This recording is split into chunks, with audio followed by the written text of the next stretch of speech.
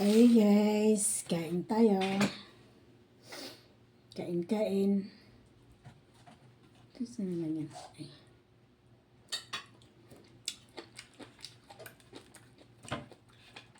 Palat yata. Ang laki ng manok ko. Ilagay ko na lang to doon para mamayang gabi ko. Anong pinagkain? Ilagay mo nga doon sa Tupperware para mamayang gabi. Tapos ilagay mo doon. Ilagay mo doon. Kasi si Papa. Tapos tawagin mo na yung Christian. Ay, ito kay ano na lang to. Pinagkainan lang ni Erin yan. Sa kanina. Ang pinagkaiba ng tulingan sa tulingan. Isara mo.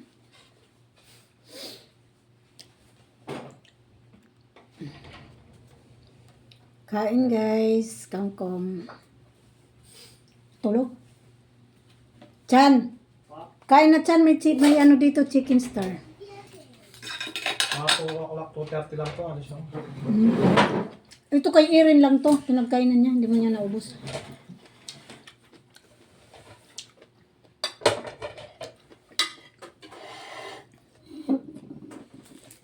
Kain.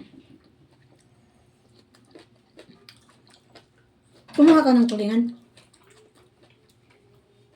Oo, dalawang niya pang bug. Kaya mo niya mauubos niya. Gusto nga na isda, Chan.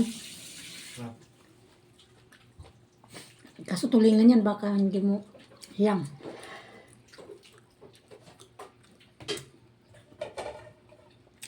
Si Papa hindi niya hiyang to. Nahihilo siya pag ito yung ulam. Nung umuwi kami ng probinsya, nahihilo siya dahil dito. Nakakalason daw yun eh. Totoo yan. Hindi naman lason, allergy. Sabi na nakakalason. Ewan pa yung kung kilala niya yan. Kilala mo yan? Kumain na po. Oo. Ano man totoo yun? Natsimpuhan lang yun. Parang ano lang. Ito sa'yo siya, no? Yung ano lang yung kay Erin, sayang kasi. Pinakain ko nga din yung laman eh. Kasi yung una yung kinain lang yung balat. Sinubok sa kanya ulit.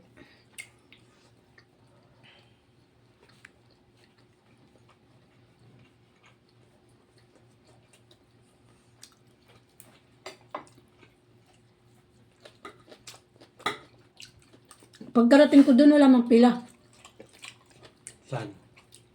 Doon sa Diyan Maya pagdating, wala pa man isang minuto, pag lingon ko sa likod ko, ang dami nang nakapila sa likod ko. Hindi ba ang bilis ko nakabili?